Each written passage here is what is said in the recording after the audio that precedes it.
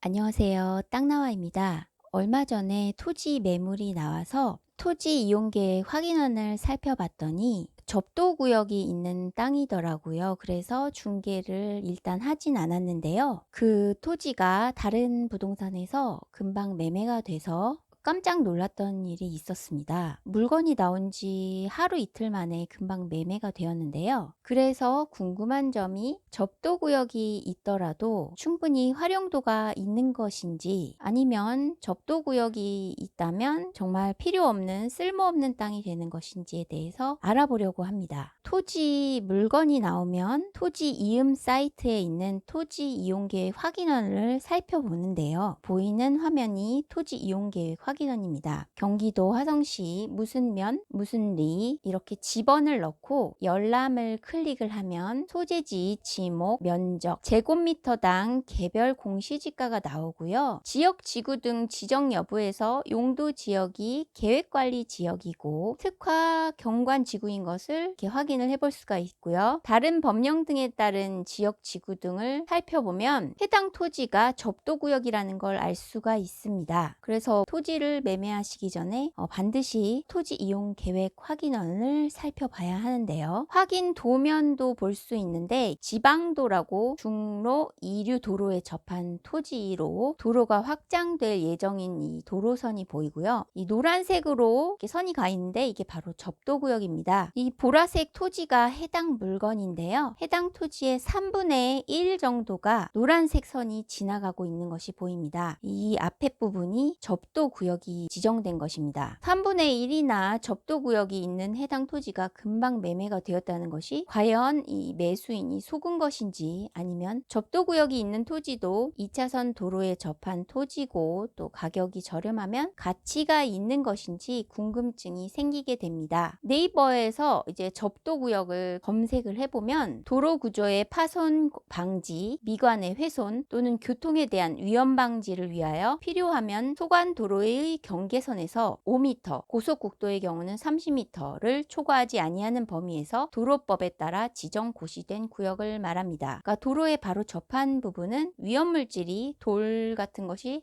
튀어올 수도 있고 해서 그런 것을 방지하기 위해서 설치된 곳이 바로 접도구역입니다. 다만 다음에 어느 하나에 해당되는 지역은 접도구역을 지정하지 않을 수 있다. 지구단위 계획구역, 도로관리청이 교통 등에 대해서 위험이 없다고 인정하는 지역까지가 확인이 됩니다. 접도구역에서는 토지의 형질 변경하는 행위, 건축물이나 그 밖의 공작물을 신축, 개축 또는 증축하는 행위가 원칙적으로 금지가 됩니다. 즉, 이 노란 부분의 이 앞부분의 3분의 1 부분은 건축물을 건축을 할 수가 없다는 이야기입니다. 그렇다면 이 부분은 아예 쓸모가 없고 버려지는 곳인가? 접도구역에서 가능한 행위를 한번 살펴보면 다음 항목의 어느 하나에 해당하는 건축물의 신축, 연면적 10제곱미터 이하의 화장실, 연면적 30제곱미터 이하의 축사, 연면적 30제곱미터 이하의 농업용 창고, 연면적 50제곱미터 이하의 퇴비사, 증축되는 부분의 바닥 면적의 합계가 30제곱미터 이하인 건축물의 증축, 건축물의 개축, 재축, 이전, 접도구역 밖에서 접도구역 안으로 이전하는 경우는 제외가 되고요. 또는 대수선, 도로의 이용 증진을 위하여 필요한 주차장의 설치, 도로 또는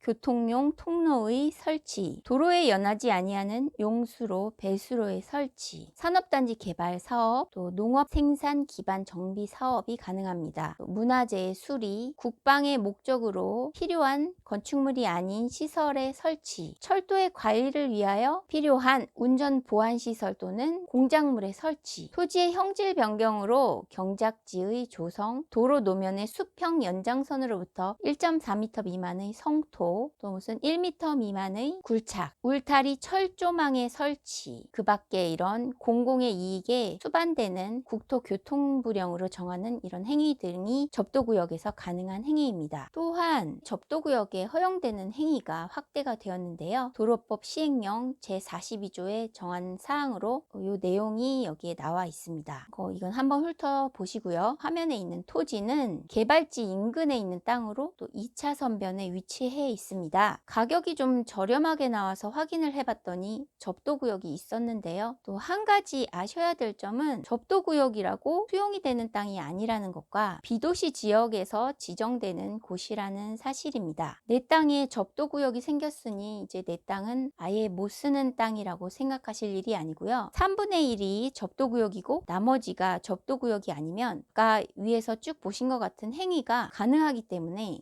접도구역인 부분에 건축이 안 될 뿐이지 주차장이나 마당으로 사용하면 문제가 없다는 사실입니다. 일반적으로 이제 2차선을 생각해 보면 식당이 2차선에 있다면 건물이 바로 도로에 붙은 경우보다는 주차장이나 마당이 있고 안쪽에 건물이 있는 경우가 이제 대부분인데요. 이런 식으로 접도구역이 앞에 잡혀 있어도 충분히 활용이 가능하다는 이야기입니다. 문제가 생기지 않게 복잡하지 않게 접도구역이 없는 땅을 사면 더 좋겠지만은 위의 행위들이 가능하다는 것을 알고 계시면 도움이 될 것 같습니다. 비도시 지역에 생기는 접도구역처럼 도시 지역에는 완충녹지라는 것이 있는데 완충녹지나 수용되는 땅은 토지의 활용도가 없습니다. 하지만 비도시 지역에 생기는 접도구역은 화장실이나 또 주차장도 가능하고 도로 포장도 가능해서 진입로 개설로 이용을 할 수가 있습니다. 만일 이런